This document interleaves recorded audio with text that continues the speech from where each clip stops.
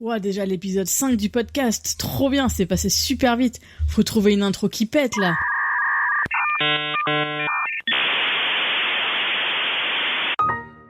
Bonjour, je suis Amandine, votre IA préférée.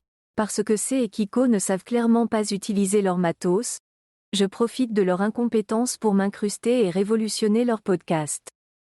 #IA Forever, on est la bébé. Donc voici l'introduction de l'épisode 5 de la pré-séance sur Saya Samurai. Ces podcasteurs sont vraiment trop nazes. Bonne écoute, chers auditeurs.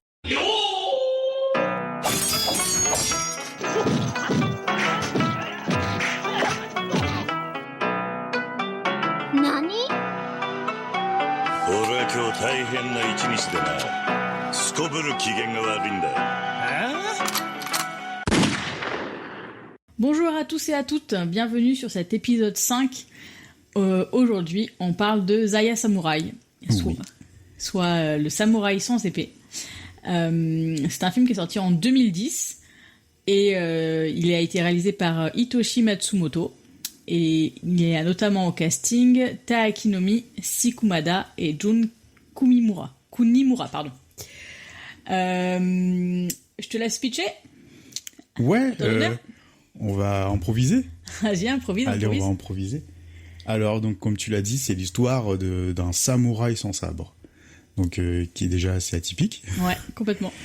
Donc, ça raconte l'histoire d'un père qui... Alors, on comprend que c'est un père qui est en fuite avec sa fille. C'est ça. On comprend qu'il a fui son clan et qu'il est recherché par son clan. Donc, il y a des tueurs à gages qui le poursuivent, tout ça. Et en fait, il se fait attraper par un clan rival. Ouais. Et il lui donne une option. Il lui donne le challenge 30 jours. Donc ce challenge 30 jours... C'est pas pour perdre du poids. Ouais, non. Ça aurait pu. Wet Watchers. Et non, du coup, ce challenge de 30 jours consiste à redonner le sourire au chef du clan des poulpes, méduses. Des poulpes, en fait, Ouais, donc lui était du clan des sèches, qu'il a déserté, et c'est le clan des poulpes qui l'a attrapé. Et c'est le prince de l'empereur ou du chef de clan. C'est ça. Donc en fait, le chef de clan qui lui donne cet ultimatum, en gros, il a 30 jours pour redonner sourire à son fils, qui ne sourit plus suite à une contamination. On sait pas trop à quoi. Il y a eu une épidémie, j'ai pas compris exactement ce que c'était. Non, moi non plus. En fait, ils en parlent pas trop. Et donc la mère du prince est morte de l'épidémie, quoi. Voilà. Donc on apprend ça, on apprend que c'est un enfant qui est triste, on apprend qu'il y a d'autres personnes avant notre samouraï sans épée qui est passé par ce challenge-là. Et donc le but, c'est d'esquisser juste un sourire sur le visage de ce prince. Et s'il n'y arrive pas au bout de 30 jours, c'est seppuku. Ouais. Donc seppuku, en gros, c'est le suicide du code d'honneur des samouraïs, quoi. C'est tout ce qu'il y a de plus emblématique et symbolique dans la culture du Bushido. Ouais. Donc ils doivent, voilà, le but c'est de se suicider. Donc ça consiste, pour imaginer un peu le show, pour ceux qui connaissent pas, c'est de se planter un couteau dans le ventre et derrière t'en as un qui vient lui couper la tête. Donc, c'est définitif, quoi. Voilà, c'est atypique aussi. Heureusement que ça n'existe plus parce que le bain de sang quand même. C'est un peu extrême, quoi. C'est un peu extrême, mais bon, ça fait partie de la culture des samouraïs et du Bushido. Donc voilà, son but c'est d'arriver à faire sourire un petit enfant. Et s'il n'y arrive pas, ouverture de bide. Voilà. Donc, par quoi on commence après? Bah déjà, t'as super bien choisi. Et bah, pour le coup, je suis super content parce que je suis satisfait aussi de ce film. Ouais, On va rentrer plus en détail. Mais alors, le pourquoi j'ai choisi ce film, parce que on l'a pas vu tous les deux. Ouais, c'est ça, moi je connaissais pas du tout. On l'a pas vu, moi je l'ai vu passer parce que j'avais vu le précédent film de ce réalisateur, qui était, viens de le lire là, mais c'était Symbole, voilà. C'était Symbole, donc du coup, Saya Samurai, si je me trompe pas, c'est son 3e film. J'ai pas vu le premier, je suis tombé sur le 2e parce que le pitch m'avait un peu intrigué et le concept avait l'air un peu surréaliste et un mélange de comédie, de science-fiction. J'ai dit ah bah pourquoi pas, puis je l'ai trouvé, je crois qu'il était gratuit sur YouTube. Et j'avais regardé ça, j'étais agréablement surpris. C'est assez bizarre, hein, c'est assez starbé, mais j'ai beaucoup aimé. Et par la suite, je me suis intéressé à ce qu'il a fait. Donc son premier film, on est vraiment encore dans... C'est même plus l'atypique, là. On est sur autre chose d'un peu mégalo, un peu mélange d'animé, de manga, de CGI, de tout ce qu'il y a au Japon, quoi. Le côté un peu absurde et tout le grand guignolesque, quoi, qu'on connaît dans pas mal de films japonais. Et du coup, j'ai regardé la bande-annonce de ce film-là, donc Saya Samurai. Et j'ai pour le coup, comparé au film que j'ai vu, je me suis dit, tiens, c'est un tournant pour ce film. On rentre vraiment dans un film, comédie, comédie dramatique, on peut dire ça. Mais c'est vrai que sur la bande-annonce, ça faisait plus comédie que plus comédie, ouais, parce qu'on avait, le côté drame, on savait tout de suite qu'il y avait un chrono en fait. Ouais. Il avait un délai qu'on se dit, est-ce qu'il va y arriver au bout de 30 jours? Est-ce qu'il va se faire ses poucous? Des trucs comme ça. Donc, du coup, faut regarder le film pour, évidemment... pour savoir. Mais au-delà de ce pitch très simple, mais pour le coup, le réalisateur l'a totalement maîtrisé. Ah ouais, et on est et c'est vraiment excellent. C'est tout en simplicité, tout en intimité. Et c'est vraiment, j'étais agréablement surpris. Je m'attendais pas du tout à ça. Ouais, moi non plus. Et pour le coup, là, il est rentré dans mon top 3 des films doudou japonais.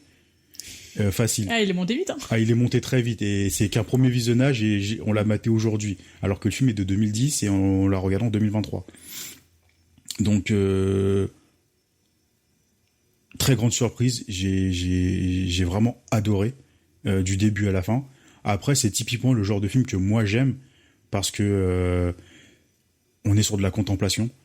Moi, j'adore quand des réalisateurs filment simplement, posent leur caméra, font des travelling en suivant des personnages. Il y a une belle photographie. Ouais, elle est magnifique. C'est super bien filmé, les décors naturels sont magnifiques. La lumière aussi, dès la première scène. Exactement. C'est vraiment un film de toute beauté. Si je dois juste le résumer, c'est un film de toute beauté, tout en simplicité, tout en poésie. On a des personnages joués en couleur. Ouais, et tous les personnages sont hyper intéressants. Et en plus, l'évolution de chaque personnage est excellente. Alors qu'il y a très très peu de dialogue. Ouais, et pourtant, ils changent tous de manière hyper... on va dire... c'est au fil de l'eau et en même temps le chemin parcouru entre le personnage au début du film et à la fin est immense, quoi. C'est clair. Vas-y, je te laisse un peu parler aussi parce que donc moi j'ai noté effectivement premier, on va dire, chose qui m'a marqué, c'est donc décor et lumière naturelle, les costumes sont magnifiques. Je trouve qu'il y a un excellent équilibre entre la partie comédie et la partie drame.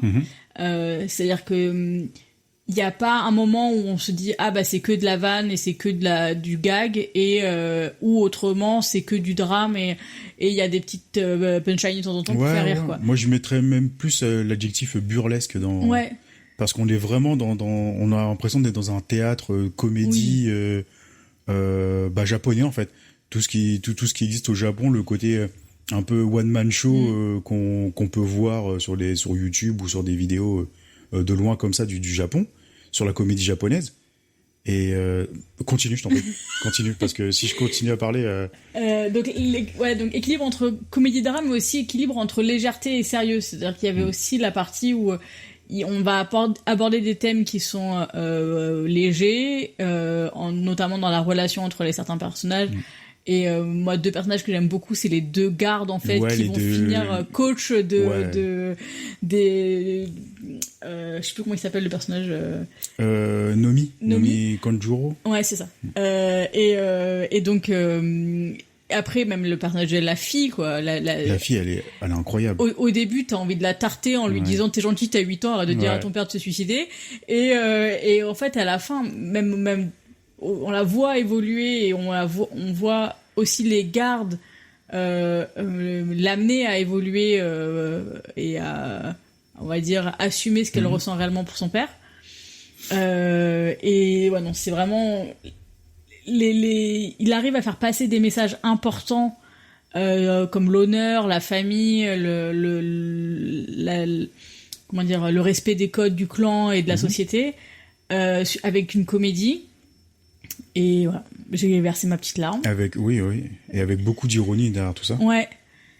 Et il y a même des messages de longévité en fait et de passation, d'héritage qu'on va laisser autant au reste de la famille, au clan et à la société de manière générale. Ouais, non, c'est excellent. Dans ma tête, j'ai eu une petite référence. Alors tu vas me dire que j'ai que ça comme référence, mais à Kaamelott. Ouais. Avec le côté de genre la réplique du roi Arthur qui dit c'est systématiquement débile mais c'est toujours inattendu. Et il y a des moments dans le film où justement il y a ce besoin de faire beaucoup de sketchs pour amener le prince à rire, et c'est toujours ça en fait. C'est débile mais c'est toujours inattendu quoi. C'est grotesque à chaque fois. Donc vous imaginez bien que 30 jours pour faire rire un enfant. On vous a raconté que c'était il y avait du burlesque, il y avait beaucoup d'ironie, tout ça. Donc vous doutez bien qu'en 30 jours, donc il y aura 30 gags ou 30 mini-spectacles, on va dire. Et j'ai pas compté si il y avait réellement 30 passages, c'est-à-dire qu'on voyait les 30... Alors j'ai tellement été transporté que j'avais commencé à compter. Ouais. Et à 5, j'ai arrêté le compte et je me suis laissé transporter parce qu'il y avait une évolution à partir de 5-6 qui était super intéressante. Et j'avoue, ça mérite un deuxième revisionnage. Juste pour les compter. Juste pour les compter. Je pense que, sincèrement, s'ils sont pas tous, on n'est pas loin. Ouais, je pense. Parce que pour le coup, le pitch qu'on vous a résumé, c'est tout le film. Ouais. Il y a... entre guillemets, il y a pas de branches parallèles qui vont nous amener sur d'autres histoires en parallèle ou d'autres personnages qui vont impacter telle ou telle chose. Là, on est vraiment sur une tranche de vie tournée autour d'un père et d'une fille qui, tous les soirs, dans leur cellule, pensent aux sketchs qu'ils vont faire le lendemain. Et au fur et à mesure, t'as des personnages qui viennent se greffer autour de ça, dont, comme tu disais, les deux gardes, les deux geôliers, quoi, qui campent toute la nuit devant pour les surveiller. Et au final, ils prennent part aux idées du spectacle, ils rentrent dans la cellule, ils leur donnent des idées de sketch, de gags, et puis ils répètent ensemble dans la cellule. Et on s'attache à ce petit groupe-là. Ouais. Ils sont 4, on s'attache énormément à ce groupe-là. Et plus les gags avancent, plus ça touche une autre audience. On va dire qu'au début, les premiers gags, ça se passe, pour vous contextualiser un peu la chose, les premiers gags, donc c'est vraiment dans la cour du clan de la pieuvre, j'ai mis pieuvre sèche, la poule. Et donc du coup, il y a le chef, il y a le fils, il y a tous les conseillers autour, et t'as le bras droit ou le narrateur du truc qui, à chaque fin de gag, forcément, ça a pas marché, et il répète toujours la même phrase. Le seppuku est maintenu. Le seppuku est maintenu avec une grosse voix bien japonais, vous savez, la voix qu'on entend dans hyper grave, qui résonne partout, et ça reste en tête, et pendant tout le film, il dit que la même phrase, et ça fonctionne. Et des fois, ça passe plus, juste après le gag, des fois c'est du hors-champ, des fois on est sur un gag, en fait on le voit même pas jouer, parce qu'en fait on le voit jouer dans la cellule, et en jouant dans la cellule on voit qu'il y a un côté absurde, et on n'y croit pas. Ouais. Et juste à la fin de sa répétition, on entend cette phrase-là qui vient, et puis on dit bon bah ok, d'accord, il a joué, c'est mort. Mais d'ailleurs, ces passages-là, on dirait l'alternance entre on voit le sketch dans la cellule, ou on voit le sketch devant le chef de clan et son fils, ça fonctionne très bien. Ça fonctionne très bien, ouais. Parce que justement, on voit les répétitions qui sont encore plus absurdes que ce qui fait dans le... Ouais, c'est ça. Moi, je repense à une des scènes où il pleut, c'est énorme. Oh, c'est incroyable. C'est incroyable. En plus, oui, le film, il fait rire, quoi. Ouais. Au début, les premiers gags, on voit le côté complètement absurde du truc. Oui, c'est ça. On sait très bien que ça marchera pas, quoi. Ouais, et puis on voit que le mec, c'est un pauvre vieux qui est là. On voit, il est tout décrépit, il est tout flat. On dit mais tu fais pas rire, t'es pas drôle. Et plus ça avance, plus nous, en tant que spectateurs, on commence à sourire, et après on commence à rigoler. Et ce qui est magique dans ce film, c'est que justement, vous parlez de l'audience, donc ça se passait en milieu assez fermé avec le clan. Et à un moment donné, il y a un gars qui se fait à l'extérieur de tout ça, et donc qui devient public. Et là, tu as tout le village qui arrive, et tu commences à avoir une interaction avec tout le village, où tu commences à avoir 2-3 sourires, des rires, des machins. Et puis, en fait, nous, en tant que spectateurs, on a le même état d'esprit que l'audience du spectacle dans le film. Et on réagit à chaque fois pareil. Et donc, c'est hyper émouvant dès le début du film, dès la moitié du film, parce qu'il y a des petites scènes qui nous tirent un petit truc. On dit, il y a des petits passages où on dit, c'est vachement émouvant. On va pas aller dire pourquoi, faut aller vraiment les découvrir. Et ça va comme ça sur, forcément, voilà, c'est pas forcément un spoil, mais ça va aller comme ça sur 30 jours, parce que, voilà, c'est le but du film, c'est dès le début, on nous dit il y a 30 jours, donc on sait très bien que... Oui, là, pour le coup, on n'a pas l'ellipse où t'as la moitié du truc qui est parti, quoi. Voilà, puis c'est pas genre, on vous dit 30 jours et où il a réussi au bout de 15, de 20, et au bout de 20, il y a un retournement qui nous dit on change les règles, on a changé le truc parce qu'il y a un truc un protagoniste ou une histoire alternative qui vient se greffer à l'histoire. Non, on reste vraiment sur le pitch de base jusqu'au bout, pendant les 30 jours. Et après, si vous voulez savoir ce qui s'est passé après 30 jours, il faut aller voir le film. Ouais, allez le voir. C'est vraiment incroyable. Et moi, quand je parle de film doudou, on est vraiment là-dedans, quoi. On est sur un film d'une tranquillité. C'est un film qui est très posé. Il faut aimer le contemplatif. Faut aimer quand c'est un cinéma qui prend son temps. Ouais, mais en même temps, c'est pas mais moi, lent. C'est pas... Tu vois, ouais, non. Alors, moi, entre cinéma qui prend son temps et un cinéma lent, pour moi, c'est le jour et la nuit. C'est pas pareil. Un film lent, c'est du moment que tu ressens que le film est lent, c'est qu'il y a quelque chose qui fonctionne pas. Oui, ça, je suis d'accord avec toi. Et moi, quand je dis que c'est un cinéma qui prend son temps, c'est un cinéma qui t'emmène avec lui. Tu évolues avec le film et tu ne t'ennuies jamais. Et il y a rien de péjoratif dans ce que je dis. Et là, c'est vraiment, on prend son temps, on contemple. La narration, elle est faite en sorte pour que on soit transporté dans cette comédie. C'est comme on l'a dit, c'est magnifique, les plans. Pourtant, pour une comédie, on peut se dire oui, on n'a pas besoin que ce soit beau ou contemplatif, on a juste besoin que ça fasse rire ou va à l'essentiel. Et là, non, en fait, il y a un tout dans le film qui amène une je sais pas comment dire, mais ça amène une vraie réflexion sur des sujets qui sont sérieux et importants, et en même temps qui fait rire à côté. C'est-à-dire que t'as de la beauté, t'as un visuel qui est très beau, il y a un fond qui est très sérieux profond, et très profond, et en même temps il y a une forme qui peut être très drôle. Donc il arrive à jongler avec tout ça, et en fait moi je pense qu'il y a tellement d'émotions et qui se dégagent du film. Je pense que chacun va voir plus ou moins le film d'une différente façon.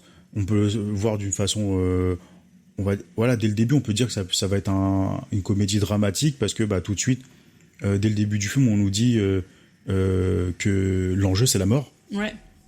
Et tout de suite on comprend, dès les premières scènes on comprend qu'il y a un côté grotesque avec les tueurs à gages là. Ouais. Ces scènes là elles sont magiques. Elles sont énormes. Elles sont magiques, Et en plus je connais pas forcément assez bien le théâtre japonais un peu de l'époque, mais ça fait très justement théâtral, surjoué et tout, et en même temps mais ça fonctionne hyper bien, quoi. Mais c'est clair.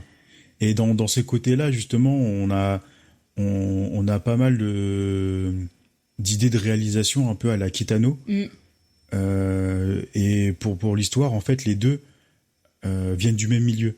Kitano et le réalisateur, j'ai oublié son nom. Je suis désolé. Attends, je te sors ça. Ah juste tu l'as enlevé. Et moi aussi. Et du coup, c'est pas grave, on va continuer. Hitoshi Matsumoto. Merci. Hitoshi Matsumoto et donc Takeshi Kitano viennent du même milieu. À la base, Kitano, j'ai dit quoi? T'as fait un... Takeshi yaourt. Kitano. Ouais, mais t'as fait un yaourt. J'ai fait un yaourt. Je l'ai mélangé, je le recrache. Et ça donne Takeshi Kitano. Et donc voilà, les deux viennent du même milieu, donc le milieu de l'humour. Ils ont été tous les deux, enfin je sais pas comment on dit chez eux, mais en gros c'est des stand-uppers. Donc ils ont fait pas mal de spectacles de comédie. À côté, ils sont tous les deux acteurs, ils sont tous les deux réalisateurs, sont tous les deux présentateurs télé. En fait, ils ont plus ou moins le même parcours. Et moi, je trouve que dans leur cinéma, il y a beaucoup de choses qui se ressemblent. Ouais, c'est vrai. J'ai pensé un peu la même chose. Sur le côté, on va dire, théâtral. Ouais. Le côté théâtral des situations. Là, ça va être compliqué d'expliquer certaines scènes parce que c'est vraiment des petites scénettes ou même juste un plan qui vient se fixer au milieu de la narration. Et pour ceux qui connaissent Kitano, vous allez comprendre de quoi je parle. Et moi, j'ai trouvé une similitude entre les deux. Ouais, je suis d'accord. Et forcément, comme moi, je suis un très grand ultra fan groupie de la mort de Kitano, j'ai apprécié. Et pour le coup, j'ai pas vu forcément une copie ou un plagiat de ce style-là. Là, j'ai vraiment vu un clin d'œil. Et sans doute que ça vient du milieu qu'ils ont fréquenté tous les deux. Ouais, d'une influence commune. Ouais, quoi. je pense que ça doit être des codes qui reviennent souvent. Et non, c'est très, tout est agréable dans le film. Franchement, je me suis pas ennuyé un moment. Ouais, moi non plus. Tout est beau, tout est magnifique. C'est très bien réalisé. C'est maîtrisé de bout en bout. Tous les décors sont beaux, tous les plans sont réfléchis, tous les plans sont travaillés. Et ça, c'est une réflexion que je me suis faite aussi, comme tu disais tout à l'heure, où que la comédie, on se dit, il n'y a pas besoin. Et on voit l'effort qui a été fait Très gros de effort. faire un beau film, en fait. Comment dire, avec des visuels qui sont vraiment travaillés, réfléchis, et où c'est pas fait... parce que potentiellement ça aurait pu être tout fait en studio en fait, je veux dire, ou en décor, parce qu'il n'y avait pas entre guillemets besoin de mettre les décors naturels, et pourtant mais ça apporte tellement en fait. Il y a un travail de dingue, même sur les costumes et sur la mise en place des spectacles à partir du 10e, 12e, où on rentre dans du spectacle de grande ampleur, avec des... Enfin, j'ai pas envie de spoiler. Oui, comment dire, il y a de l'installation, quoi. Il y a de l'installation, il y a du moyen mis dans le spectacle, entre guillemets. Et on sent que c'est pas du carton-pâte, quoi. Ouais, ça fonctionne. Ça fonctionne très bien. On sent qu'il y a un côté artisanat dans la réalisation de ces mini-spectacles. Et c'est top, quoi. Non, il y a vraiment rien à dire sur ce film. Honnêtement, j'ai aucun point faible. Ouais, moi non plus. Aucun point noir. Franchement, c'est un film très simple, mais tellement bien maîtrisé. Et c'est un film qui va pouvoir se revoir, mais plein de fois, en fait. Mais c'est clair. Mais de toute façon, moi, je le mets vraiment dans les films doudou. C'est dans les films où t'as pas envie de te prendre la tête, où tu veux juste, tu veux pas être film épileptique, où tu veux juste un truc où tu veux te poser, puis savourer des relations entre personnages qui sont ultra attachants. Ça fait longtemps que je crois que j'ai pas pris une claque sur un film récent, en fait. Ouais. Enfin, récent, non, il est de 2010, et c'est un peu... Oui, mais bon, c'est pas... il a pas 30 ans, quoi. Non, c'est sûr. Mais en tout cas, non, dans les années 2000-2010, il y a eu beaucoup de films japonais qui mettent des claques quand même. Bah, en fait, moi, je pense que la claque que j'ai prise, c'est pas forcément sur... parce que on en a pris à cette époque-là plein, et puis même encore maintenant, aujourd'hui. Hein, mais oui, il y a toujours des claques. En fait, on sait à quoi s'attendre, dans le sens où on sait quel genre de film on va voir et ce qu'on va l'ambiance générale qu'on va avoir, et on va prendre une claque soit sur la mise en scène, soit sur le scénario, soit sur la façon dont tout le film est traité. Là, moi, j'ai vraiment pris une claque parce que je m'attendais pas, en fait. C'est vraiment inattendu. Au sens où, moi, je m'attendais à voir une comédie. Alors, on savait que c'était une comédie dramatique, mais je pensais que c'était... Tu vois, j'ai un peu sous-estimé la partie dramatique en me disant c'est juste le côté, bah oui, l'enjeu c'est la mort, donc forcément, on va pas mettre qu'une comédie, c'est pas familial, quoi. Et là, ouais, j'étais vraiment surprise de tous les messages qu'il y a derrière, à quel point il est abouti, et où c'est pas juste on fait du gag et on se marre, en fait. Non, moi, le mot d'ordre, c'est vraiment la maîtrise. Ouais. C'est impressionnant. moi, pour avoir vu Symbol, là, on parlait justement de tourner dans les décors réels, pas en studio, tout ça. Symbol, on est sur un tout autre film, là. On est sur des effets spéciaux CGI, mais vraiment 2010, style japonais, donc un peu kitsch, quoi. Et là, il a basculé sur un film un peu plus réaliste, un peu plus contemplatif. Et non, comme voilà, la claque, quoi. Mais c'est genre, c'est pas la claque en main nue, tu sais, qui te fouette bien la gueule, là. C'est la petite claque avec un petit gant de velours. Tu sais, tout doux. Ouais, là. puis qui fait une petite caresse après derrière c'est pour ça. te dire, tiens, genre, vas-y. Ouais, c'est ça, c'est genre, tu vois, regarde, t'es surpris. Mais ça va aller. Tu vois, je suis gentil avec toi. Et non, c'est vraiment agréable comme film. Je suis vraiment surpris. Dans la gestuelle aussi, il y a un vrai travail, c'est-à-dire que le j'ai encore oublié son nom, Nomi Konjuro. Il est au départ, effectivement, tu sens la partie plus déserteur, lâche, et au fil du film, sa posture, elle change complètement, donc il va pas beaucoup plus parler, il va pas beaucoup plus interagir avec, entre guillemets, les autres personnages, mais dans sa façon d'être, de se tenir, et on comprend plus son histoire, on comprend plus pourquoi ça s'est passé, et surtout et surtout pourquoi il s'acharne à faire tous ces spectacles là, parce qu'au début on se dit quand on le voit au début on se dit mais t'es complètement dépité comme homme, t'as aucune raison de faire ça. Oui, et puis si on part sur le principe de t'as déserté ton clan, en gros le premier message de la première scène c'est la fuite. Et en gros c'était continue et fuis ta destinée. Oui, parce que c'est ça, parce que comme le dit sa fille, en gros, oui, mais t'es un samouraï sans sabre, tu passes ton temps à fuir, t'es un lâche, suicide-toi, parce que c'est l'affaire logique d'un vrai samouraï en fait. Du moment qu'il y a honte sur toi, honte sur ta famille, tu dois te faire seppuku. Et il le fait pas, il passe son temps à fuir. Et je crois que en lisant le synopsis complet tout à l'heure, il a fui pendant 2 ans et quelques. Ouais, mais ça, on le voit dans le film. On le voit dans le film, j'ai pas fait on sait que l'épidémie a eu lieu, il y a 2 ans. Oui, exact, t'as raison. Et donc, c'est comment dire, c'est aussi pour ça que, en gros, au départ, il est juste recherché, et après, il y a un contrat, en gros, sur sa tête pour qu'il y ait des tueurs à gages qui essayent de l'attraper, quoi. Ouais, c'est ça. Et donc voilà. Donc c'est long, la fuite est longue. 2 ans de fuite, donc on sait qu'au bout de 2 ans, c'est quelqu'un qui se considère même plus. Il a même plus honte de rien. Un réel, entre guillemets, samouraï, dès la première honte, il se fait seppuku. Lui, ça fait 2 ans qu'il met la honte sur lui. Sa fille, il arrête pas de le rabâcher en disant, mais t'es la honte, qu'est-ce que tu fais? Si t'es un vrai samouraï, suicide-toi. Et nous, on le voit toujours stoïque, qui parle jamais. Et on se dit, mais... Et puis quand on le voit se ridiculiser encore plus pendant ces spectacles, sa fille, au début, elle comprend pas. Elle dit, mais tu vois pas comment tu te ridiculises encore plus? T'as pas honte d'être comme ça? Et tout le début du film, sa fille, c'est ça, c'est... Mais suicide-toi. Gars, sérieux, t'es une loque, suicide-toi. Et au début, on est choqué, on dit, la petite, qu'est-ce que tu fais? T'es en chute, quoi. T'as 8 ans de chute. Et la petite, elle est vraiment incroyable parce que t'as une évolution derrière et apprend conscience de ce que son père veut faire et veut être. Oui, puis en fait, elle va l'aider jusqu'au bout pour arriver à ses fins, en fait. Ouais, puis il y a même le côté où elle... c'est que il y a justement ce code d'honneur qui est extrêmement fort, et donc par, entre guillemets, elle aussi obligation, et pour pouvoir pas qu'elle ait le déshonneur sur elle l'incite à faire seppuku.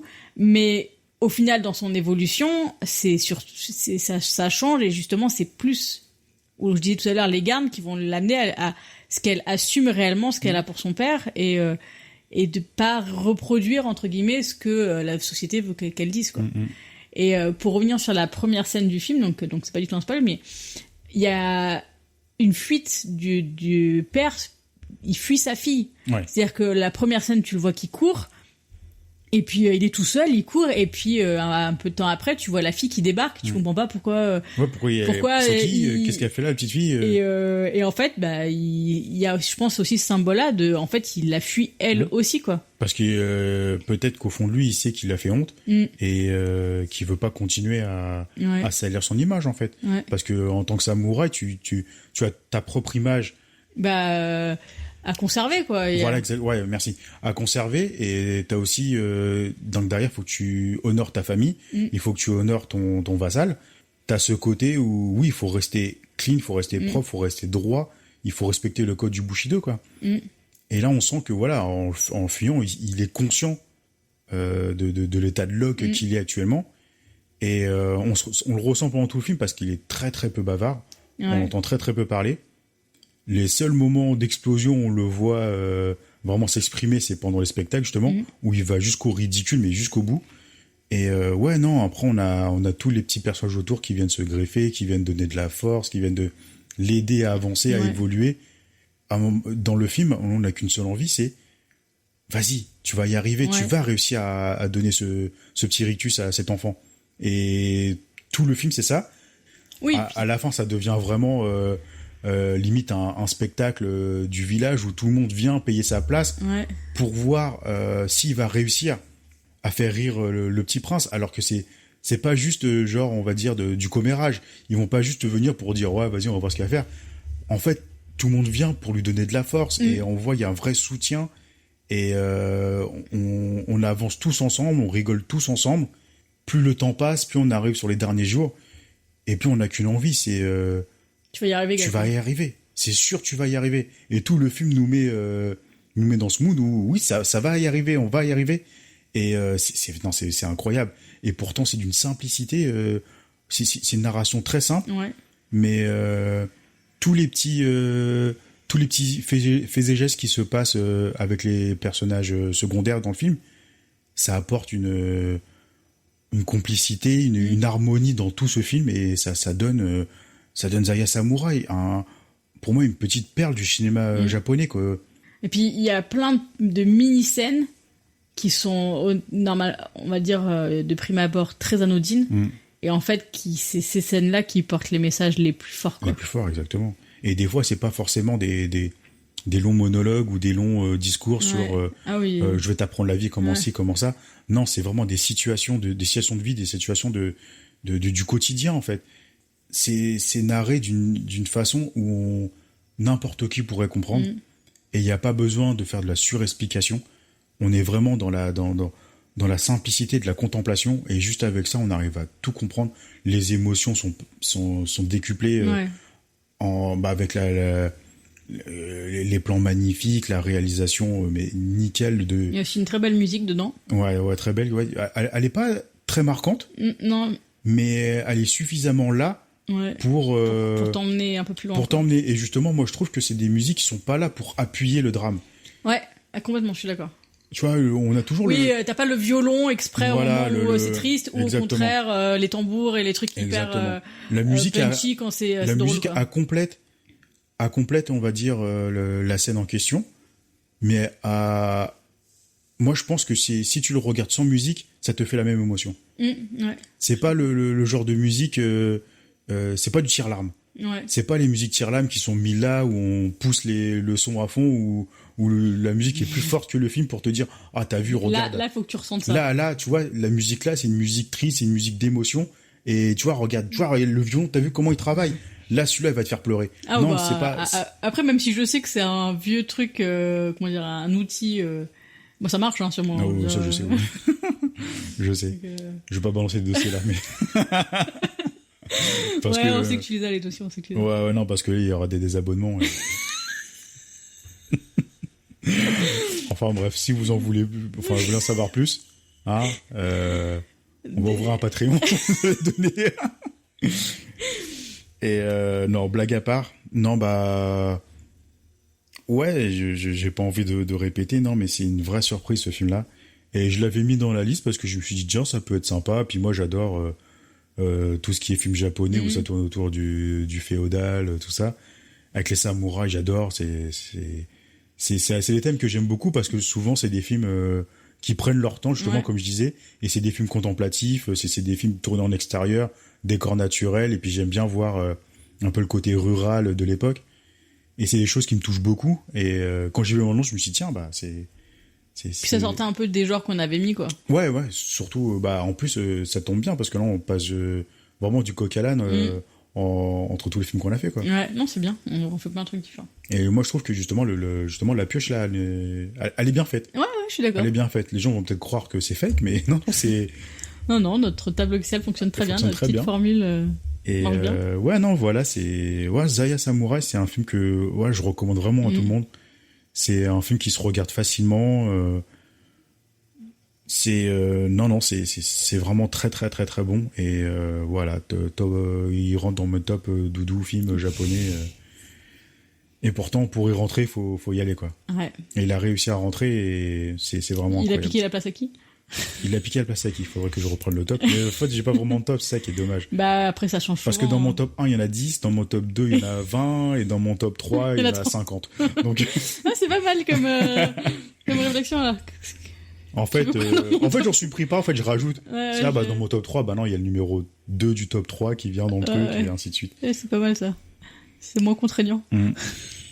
Et voilà, allez, foncez. Ouais, Foncez franchement. voir ça, vraiment, c'est magnifique, c'est beau, c'est poétique, il y a tout, il y a de l'ironie, il y a du burlesque, il y a de la mélancolie, il y a de tout. C'est un film très touchant, et la fin, elle est incroyable. Magistral. Elle est incroyable, la fin. T'as une scène... Oh, ça va être dur, il y en a Ouais. tellement. c'est clair. Déjà, moi, j'en ai 3, alors. Hein. Ah ouais? Ouais, j'ai pas réussi à... Pour Ouais. des raisons différentes, mais j'ai pas réussi à en prendre qu'une, quoi. Mais, ouais, c'est dur, parce que autant sur les autres films, on avait du mal à en trouver une. Sur le dernier, surtout. Sur le dernier,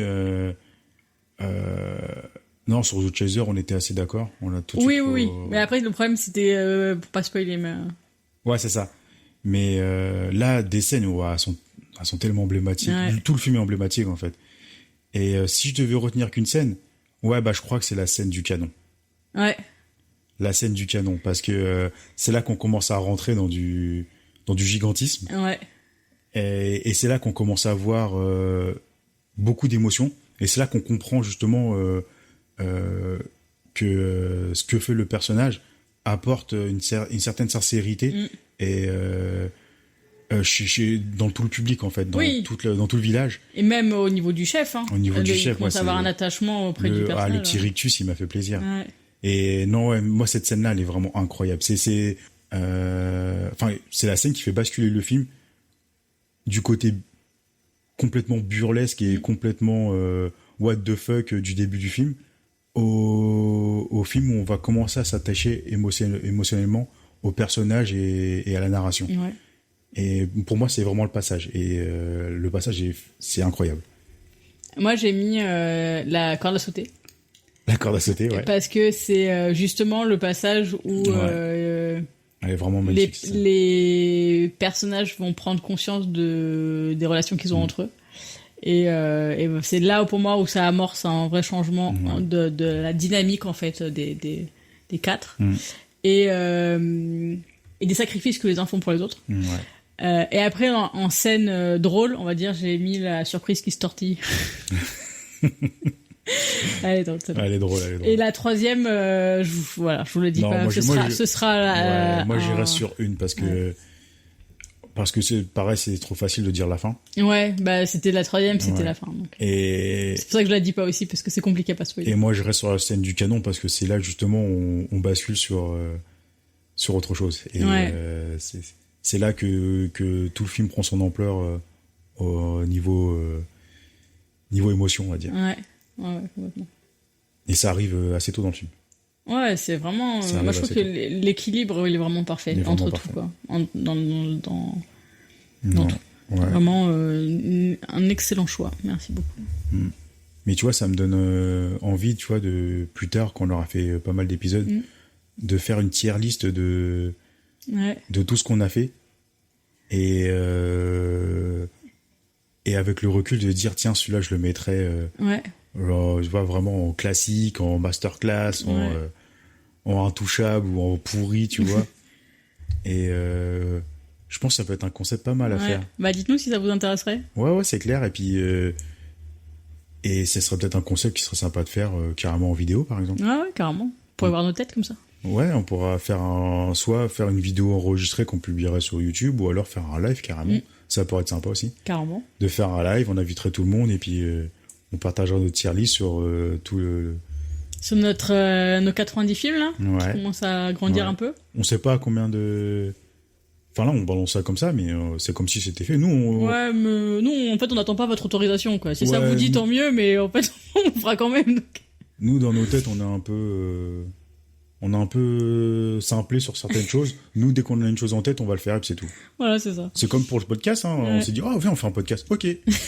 Commander des micros et c'est parti. C'est ça. Et voilà, nous, on est un peu comme ça. Et je pense que ça peut être une bonne idée de faire une série. On sait pas à partir de combien. Peut-être. Faut qu'il y en ait un peu quand même, quoi, histoire que ce soit intéressant. Sinon, dans mes 3. Ouais, ce que j'allais dire, 50, 60. On verra. Ouais, après, faire une tier list de 50, ça fait beaucoup. Ça fait long. Hein. Bah, surtout que ça dépend combien de temps on se met pour débattre. Si on n'est pas d'accord, quoi. Ouais, c'est clair. Mais ça peut être sympa à faire. Dites-nous dans les commentaires si ça, si ça vous tente ou si dans un futur assez proche, ça peut être sympa à faire. Ouais. Et sous quel format. D'accord. Parce que nous, c'est vrai que c'est des trucs on connaît pas du tout. Hein. Là, la première fois que les gens nous entendent sur Internet, c'était avec l'épisode 0. Hein. On n'a jamais fait de vidéo, on n'a jamais fait d'audio, on n'a jamais donné de cours, on parle pas aux gens en général. C'est pas faux. Voilà. Et c'est quoi que t'as pas compris? Je savais que t'avais référence, allez. Bah ouais. Et donc ouais, voilà, nous on balance des petits concepts. Si jamais vous avez des idées aussi, nous on est open. Nous on est vraiment là pour se faire plaisir, pour faire plaisir aux gens. Et s'il y a des choses qui peuvent amener du bonheur, qui peuvent amener de bonnes idées, où on peut évoluer dans le média aussi. Ouais. Nous on est ouvert aux propositions. Et ça sera avec plaisir qu'on s'adaptera, quoi. Et voilà, nous, on est là, on découvre tout. On découvre le média, on découvre... on évolue avec vous.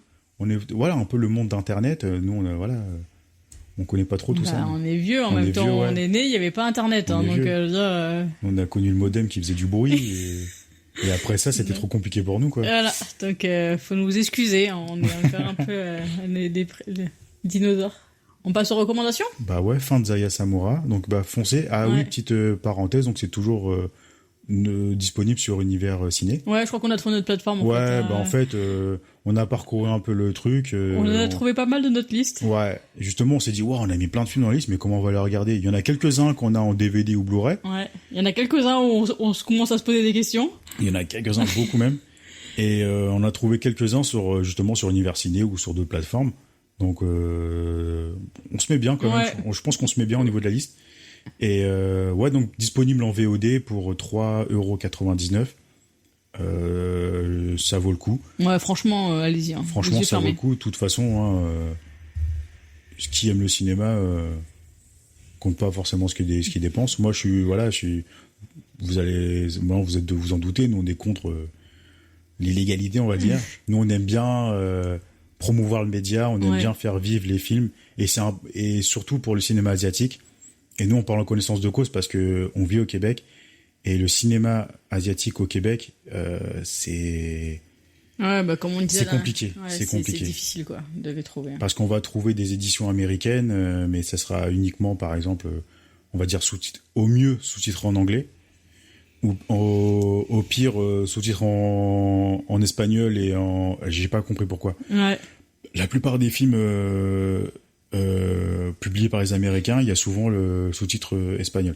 Peut-être pour le public mexicain. Ouais, tout ce qui est sud du Texas. Tout ce qui est latino, tu vois, peut-être que... Ouais, je sais pas. Mais par contre, au niveau sous-titre français, Walou Makache, quoi. Ouais, bah en même temps, c'est... Il y a rien du tout. Et donc c'est pour ça que nous, on fait tout venir de France. Donc après, on est surtaxé avec les taxes canadiennes, donc ça nous coûte bien cher de prendre des films là-bas. Ouais, donc la plateforme VOD, c'est pas mal. La plateforme VOD, c'est très bien, et c'est important de faire vivre ces films-là. Ouais, et puis de aussi donner de la visibilité et de la force aux plateformes, aux petites plateformes, quoi. Mais de toute façon, c'est simple. Hein. Plus on donne de l'intérêt, là on va rester dans le cinéma asiatique. Plus on donnera d'intérêt au cinéma asiatique justement en allant regarder sur les plateformes, en le louant en VOD, etc. Ça va donner envie aussi aux distributeurs d'en faire venir plus aussi chez nous, de les faire venir, de les faire de les mettre à notre média avec des sous-titres français ou même doublés dans le meilleur des cas, parce que souvent il y a beaucoup de films asiatiques qui sont très très bien doublés en français.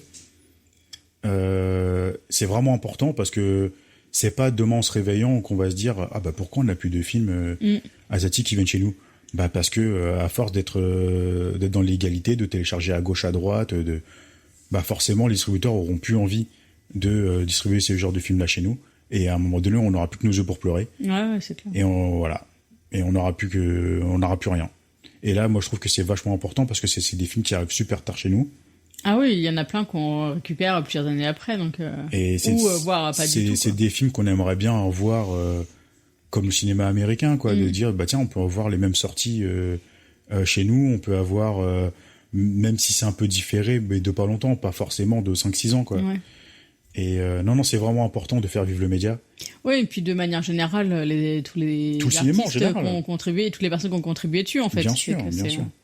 C'est même pour tous les médias, que ce soit pour la musique, que ce soit pour la littérature, le manga, la bande dessinée, tout et n'importe quoi, c'est important de faire vivre. Donc oui, c'est un coût, mais voilà, c'est un plaisir. Nous, on a l'avantage de pas avoir, on fait pas de soirée, on fait pas on boit pas d'alcool, on fume pas, donc on va dire que nous, on va dire que nous, on a nos petites enveloppes où on peut se faire plaisir sur de la VOD ou du cinéma, quoi. Donc après, c'est vrai que c'est pas donné à tout le monde parce que c'est vrai que ça peut revenir vite cher. Non, mais après, ça peut être des plaisirs qu'on fait de manière moins fréquente, mais ça peut. C'est toujours. Ça peut être faisable de temps en temps. Même agréable, même pour vous, quoi. Et nous, justement, notre podcast, il est là aussi. C'est pas pour que vous veniez et puis nous qu'on vous spoil le film de A à Z et puis que vous n'avez pas besoin de le voir. Nous, justement, c'est de dire tiens, ils m'ont donné envie de voir ce film-là. Ouais. J'ai écouté pas mal d'épisodes et si je dois me prendre un film en VOD, je me prendrai celui-là parce que comment ils en ont parlé, ça m'a donné envie, ça rentrait dans mes critères, dans ce que j'aimais, dans les thèmes qui me parlent. Voilà. Et notre but aussi, c'est ça, c'est voilà, le cinéma asiatique, il y a tellement de perles rares qui mériteraient d'être découvertes. Et voilà, nous on se dit si on peut apporter un peu de ça.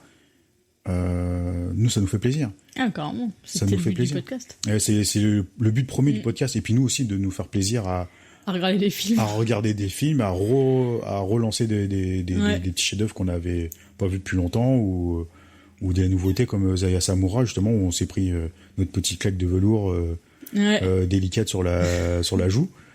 Et non, voilà, c'est vraiment important. Puis nous, on vous invite vraiment à consommer ce genre de cinéma et de pas avoir peur ou de pas se dire on connaît pas, on n'est pas on connaît rien au cinéma asiatique, donc faut pas regarder. Faut justement pas hésiter à essayer, parce que c'est comme tout le cinéma de n'importe quel pays, il y a de tout en fait, il y a des genres complètement différents, il y a des qualités complètement différentes. Et des thèmes complètement différents qui sont abordés, donc peu importe, il y aura forcément des choses qui vont vous toucher, vous plaire et vous émouvoir. Nous, les premiers, par exemple, regarde, on a payé 3,98€ pour regarder Samura. Si on n'avait pas fait ce podcast, est-ce qu'on l'aurait payé pour le regarder ouais, je pense pas. Et puis je pense qu'on l'aurait même pas forcément découvert, on n'aurait pas forcément cherché. Moi, ça fait quelques temps que je le connais, par exemple. Tu vois, je crois que j'ai découvert son premier film il y a peut-être 3 ans. Ouais. Et donc ça fait 3 ans que ce film-là, je le connais, on va dire, de nom. Et en 3 ans, on l'a pas regardé. Ouais. Et on est obligé d'arriver au média du podcast pour se dire on va le regarder. Moi, j'aurais bien voulu avoir, tu vois, j'ai peut-être pas fait assez de recherche aussi.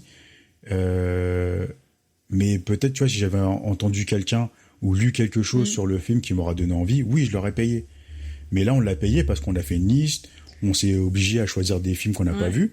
Ah ouais, moi, clairement, ça a été important pour moi de mettre des films que je connais pas. Donc des fois on va peut-être piocher des trucs, je dirais c'est moi qui l'ai choisi mais je sais plus ce que c'est. Ouais. Mais parce que voilà, je veux pouvoir Faire des découvertes, et de toute façon, c'est important. et pas Et il y aura pas mal de découvertes dans le podcast ouais, aussi parce que pas y aller non plus en disant bah je veux celui-là parce que c'est machin qui l'a réalisé donc j'aime bien ou passer machin dedans. C'était vraiment plus OK, bah je le connais pas forcément et il y a eu des bonnes critiques qui ont été faites dessus. Ça l'histoire me parle et ça me donne envie. Je me suis arrêté là et on l'a mis dedans quoi. Après on verra s'il y a du bon ou du mauvais mais il y aura peut-être du mauvais mais c'est pas grave, ça fait partie de la découverte. But, hein. Et puis justement bah si ça peut vous par exemple si on tombe sur un film qui est pas très bon, on va dire et que vous avez hésité par exemple à dire tiens bah il est en VOD mais j'hésite à l'acheter et qu'au final en nous entendant parler vous dites bah je vais peut-être me retourner sur Zaya Samurai ou sur The Chaser ou voilà. Voilà. Comme ça vous faites votre choix, c'est voilà, puis si c'est important d'avoir on va dire des retours, on dit pas qu'on a la science infuse et que tout ce qu'on dit c'est à prendre au pied de la lettre et de dire ils ont raison, celui-là il est bien, je vais le regarder et je vais aimer. C'est peut-être pas forcément le cas. Non, mais ouais, c'est mais nous on essaye de développer ici d'amener un maximum de sentiments et pas forcément de critiques approfondies, mais on essaie d'amener une émotion qui puisse vous donner envie de le découvrir aussi. Et si vous êtes assez sensible par rapport à ce qu'on dit, peut-être que ça vous parlera, peut-être que vous allez découvrir des films qu'on a parlé ici, et peut-être que vous allez nous rejoindre. Et pour nous, ça veut dire que ça aura marché. Après, vous avez le droit aussi de pas aimer. Hein, c'est normal. C'est le but, mais si on peut aider à orienter sur certaines... surtout pour des personnes qui connaissent pas du tout le cinéma asiatique et donc qui savent pas trop par où commencer, ça peut vous donner des pistes quoi. Ouais, c'est ça. Nous on a eu quelques retours justement de personnes, même de notre entourage, qui nous disent je vais vous écouter justement. Moi c'est pas un média que je raffole ou que je consomme en temps normal, mais je vais vous écouter puis peut-être ça va me donner envie. Ouais. Nous c'est tout ce qu'on cherche. C'est ça. Justement ce genre de personnes qui nous dit ça, t'as tout compris au concept. Et voilà quoi. Donc intéressez-vous, c'est le but. Et nous, on va essayer de donner un maximum envie. On va s'améliorer aussi dans nos analyses et dans nos critiques. Toujours sans spoiler. On refuse de spoiler. On aurait presque pu l'appeler No Spoiler, tu vois, le podcast. Mais c'est clair. De toute façon, c'était bien. Ouais. Voilà les amis. Ouais. Nous, je pense qu'on a fait le tour de Zaya Samurai, de notre vision du podcast, de ce qu'on veut faire dans ce podcast-là. Et si on passe à la suite, parce que là, si on commence à faire des épisodes hyper longs, dans un mois, on est à 3 heures d'épisode, quoi. Je crois, ouais. On aura des discussions qui seront plus longues que le film. Voilà. On serait reparti sur nos bonnes vieilles habitudes. Allez, recommandations. Comme ça, on enchaîne aussitôt. Ouais. Tu veux commencer ou pas? Je vais commencer, si tu veux. Vas-y. Honnêtement, j'ai rien préparé. Moi, je peux te sauver la mise, si tu veux. Non, je vais le faire comme ça. Ok. Je vais le faire comme ça. Là, je vais rester un peu dans le thème des samouraïs et on va dire de cette époque-là. Et je vais repartir sur un manga très classique, indispensable à lire. Je vais partir sur Vagabond. Évidemment, de Takehiko Inoue. Le maître, Sensei Inoue. J'ai sa stèle juste à côté de moi que je vénère au quotidien. On peut, ouais. En fait, à des moments, tu te dis, tiens, j'ai un peu un talent pour le dessin. Tu regardes ce que fait Inoue et tu dis, non. Voilà. Parce que pour ceux qui savent, nous, on dessine un peu, on vient du milieu de la bande dessinée. Ouais. Et, on va dire, il te rend humble, cet homme-là. C'est un monsieur qui me donne énormément de complexes. Parce que j'ai l'impression que tout ce qu'il fait, c'est facile. Ouais. Et que quand moi je le fais, je trouve ça impossible. Mais il rend humble, mais en même temps, il fait rêver, quoi. Il te dit aussi que c'est possible. Ouais.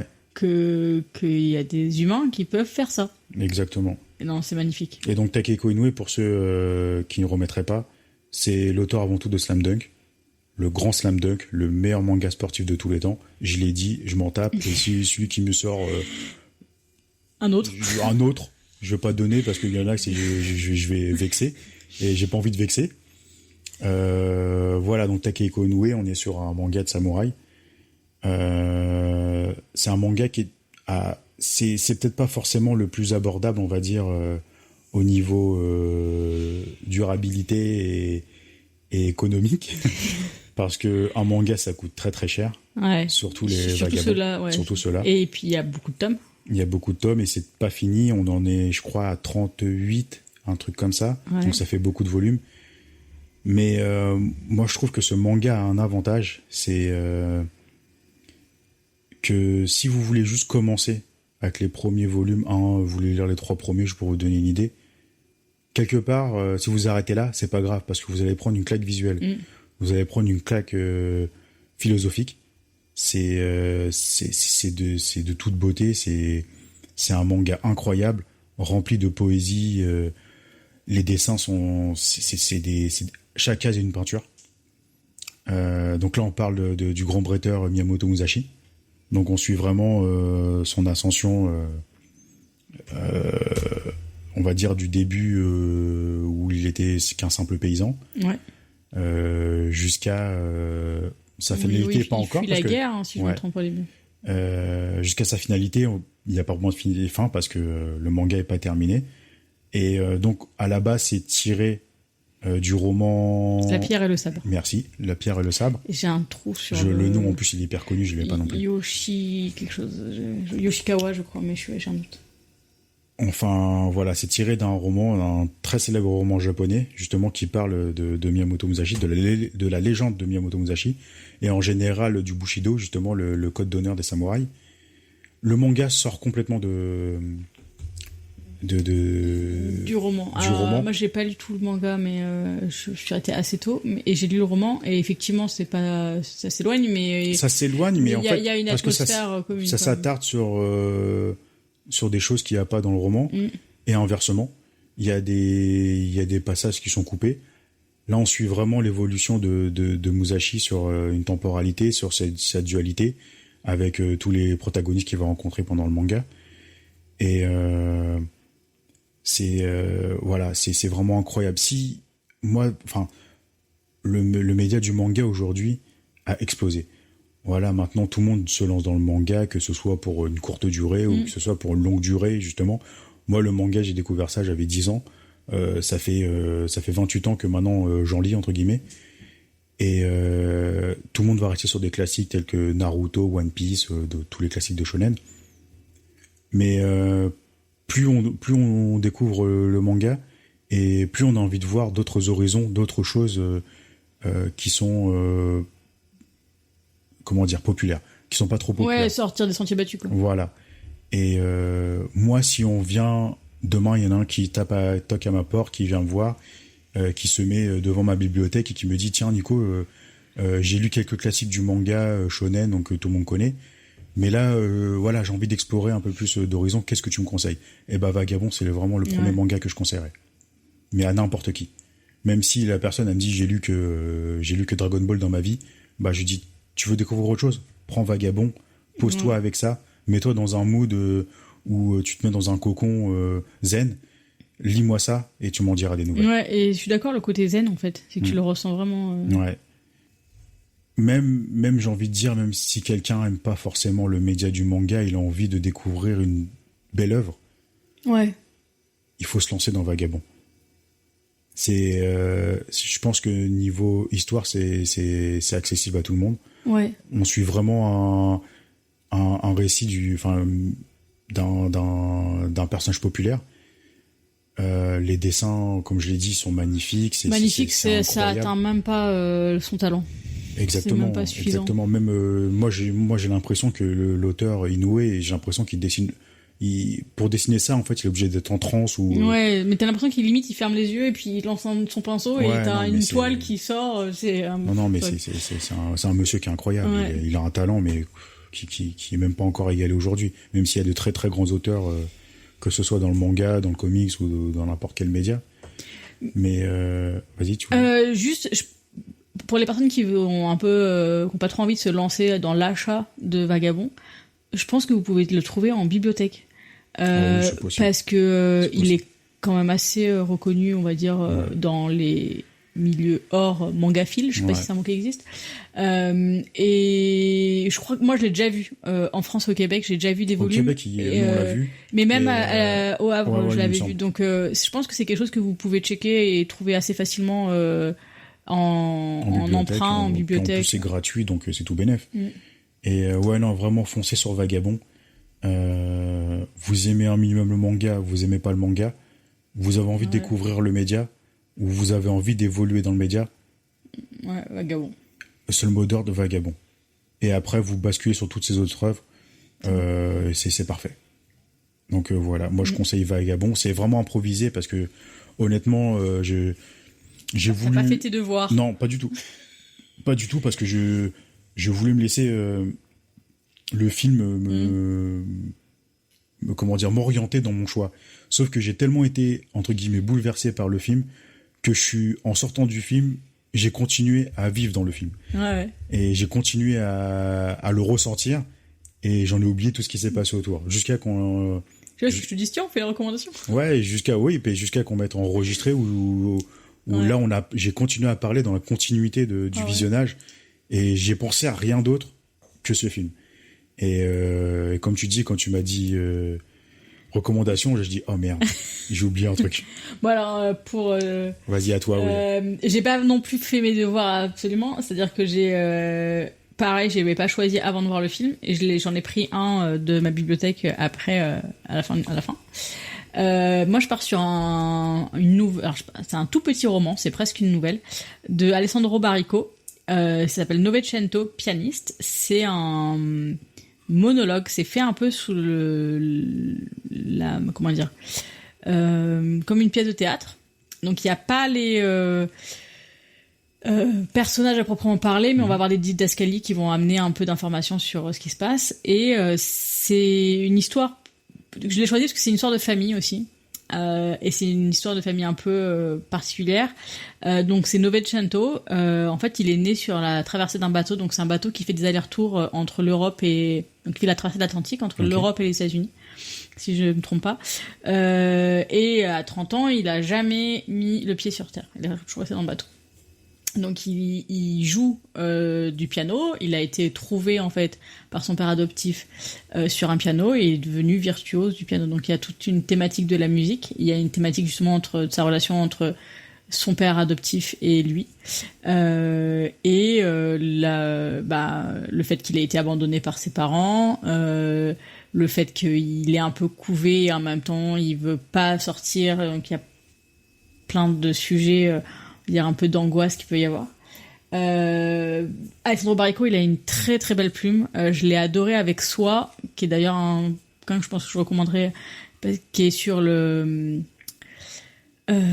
route de la soie. Donc c'est un Italien, je crois, qui part au Japon et donc il y a toute une histoire un peu de voyage initiatique et qui est magnifique. Et voilà, c'est un roman très court qui peut se lire très vite. Ouais, donc, c'est ce que je viens de voir. Je vois que c'est assez fin. Ouais, il doit faire même. Il fait même pas 100 pages, 87 pages. Il fait. Ah bah ça va être avec la postface, je crois. Donc c'est excellent, ça se lit tout seul et c'est très beau, c'est très. On sent la virtuosité de la musique en lecture. Ok. Ce qui est assez fou pour moi parce que c'est un truc où on n'entend rien. Ouais. Et en même temps, il y a vraiment, on sent l'évolution de la relation entre le père et le fils. Et c'est magnifique. Bah écoute, voilà. tiens, moi le livre. Voilà, c'est vendu. Ça va être pour moi, ça. Ça m'intéresse vraiment. Bon, j'en ai pas assez de lui, il faut que j'en achète d'autres, mais non, c'est vraiment un auteur que j'apprécie beaucoup parce qu'il a une plume très poétique. Donc parfait. Bah écoutez, je vais le lire et ça va peut-être finir. C'est très contemplatif en plus, je pense que ça te plaît. Voilà, donc ça va peut-être finir dans ma recommandation dans un prochain épisode aussi. Donc voilà, c'est la fin des recommandations. C'est encore une fois un épisode un peu long. Ouais. Mais c'est. Je pense que vous allez devoir vous habituer au format d'1 heure. Ouais, non, mais parce que si on commence à parler avec le cœur et avec envie, ça va être on va dire le minimum. Je te l'avais dit en même temps. Hein. 30 minutes, c'est compliqué avec nous. Hein. C'est pas possible. C'est surtout quand. Après, vous nous faites des retours aussi. N'hésitez pas à nous dire si vous trouvez que c'est trop long et que vous avez besoin de mettre en vitesse, à l'écouter en vitesse 2 x2, on fera peut-être des efforts. Mais... ça va peut-être nous mettre aussi une piqûre de rappel pour nous dire bon, vous êtes gentils mais... raccourcissez un peu, quoi.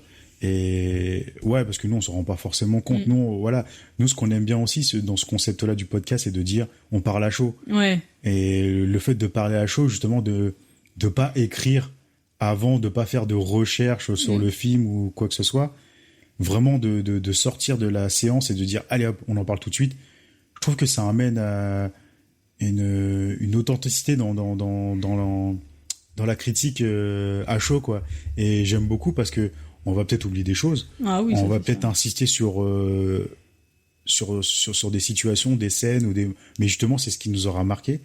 Et moi je trouve ça hyper intéressant en fait, juste de parler avec le cœur et de se dire voilà, ça m'a touché ça. Et là pour le coup pour Rosa Samura, moi je suis encore dans le film. Ah ouais, je suis encore vraiment dans le film, genre j'ai un truc que je dis souvent, c'est qu'il y en a qui regardent des films, il y en a qui vivent les films. Moi, en général, le cinéma, je le vis. Et quand je le vis, c'est un film qui va me hanter pour longtemps.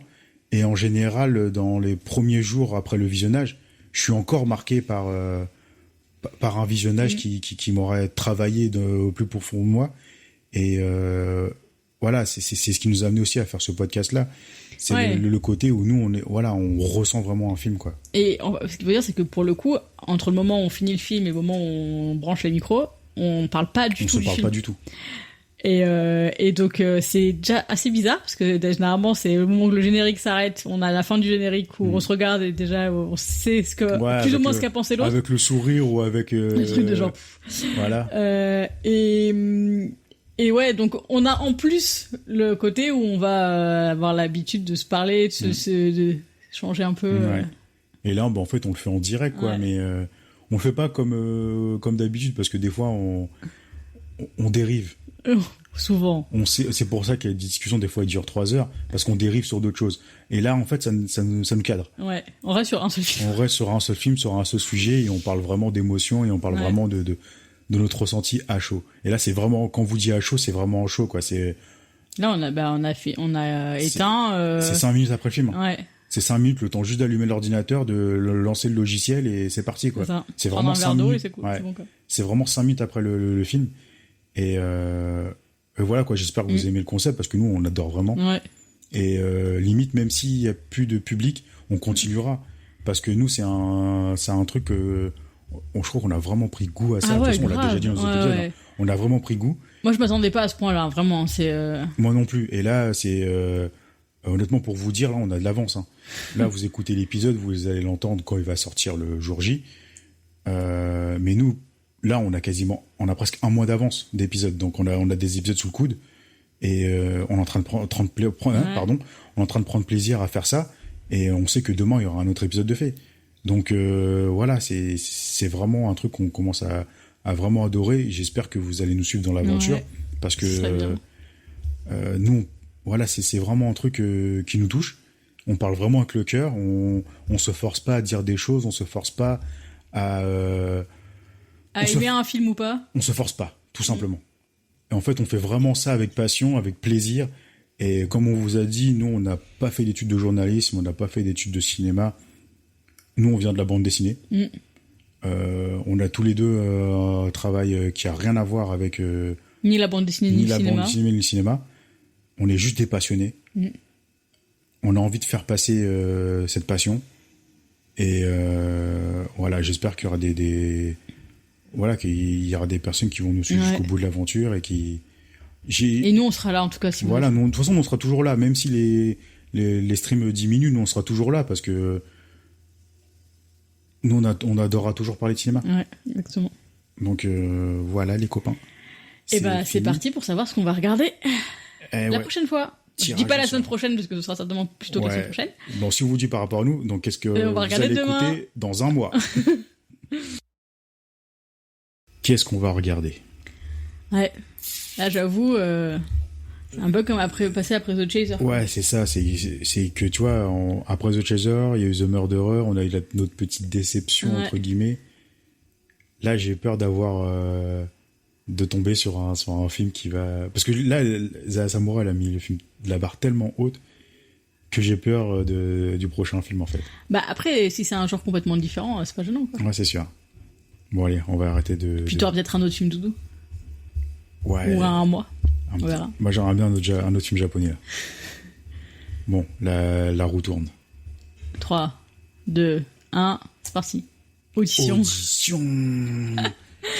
Donc, comme on a dit, on n'est pas du tout sur le même genre. Pas du tout, mais on est sur du japonais, on est sur du Takeshi Miike. Ouais. On est sur un film d'horreur, stressant, épouvante. Je sais pas comment le définir. Alors, je l'ai pas vu, moi, pour le coup. Tu l'as pas vu? Non, on l'a pas parfait. vu. C'est un qui était dans ma liste, pas... je crois pas que ce soit moi qui l'ai choisi, celui-là, mais... Non, c'est moi. mais que j'avais envie de voir depuis un moment. Donc, c'est très bien. Et en plus, on vient juste de l'acheter en Blu-ray. Ouais. Ça, c'est parfait. Donc, je pense que je vais encore avoir un peu peur, mais ça va le faire. Non, audition, tu vas voir, c'est vraiment incroyable. Ouais. Moi, moi, j'avais les bandes annonces que j'ai vues, et puis le synopsis, ça me parle à mort. Je pense que je vais adorer. Après, faut pas oublier que c'est du Takeshi Miike. C'est plus ça, tu vois, qui me dit ça dépend des fois, lui, quoi, tu vois. Takeshi Miike, il est capable de tout faire. C'est ça. Mais là, on va dire que sur audition, on est voilà, quoi, il faut se préparer un petit peu. Mais c'est très très bon. Alors, pilou. Tu vois, c'est pareil, tu vois. Alors, là, on est sur le même schéma que The Chaser, The Murderer. Ouais. Là, on quitte un film pépite. Ouais. Et on va passer sur un film que moi, dans mon souvenir, il est incroyable. Et j'ai peur d'être déçu maintenant. Mais non, mais vas-y sans... Mais ça fait très longtemps que je l'ai pas vu. Sans attente. Vas-y sans attente. Ouais, ça fait très très longtemps et... Enfin, quand on l'a commandé là en Blu-ray, j'étais tout content parce que pour moi, c'est un film indispensable à avoir. Est-ce que je me suis trompé? Je sais pas. On saura ça bientôt. Ouais. Donc voilà, rendez-vous la semaine prochaine pour Audition de Takeshi Miike. Et ça va déboîter sévère. Allez, ciao les amis. Ciao.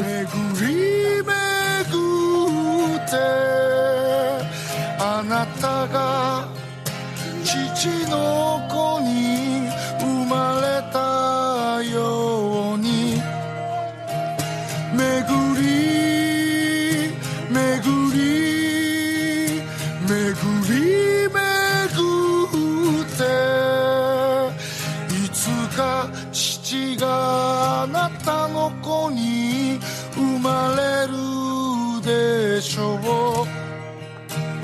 巡り巡り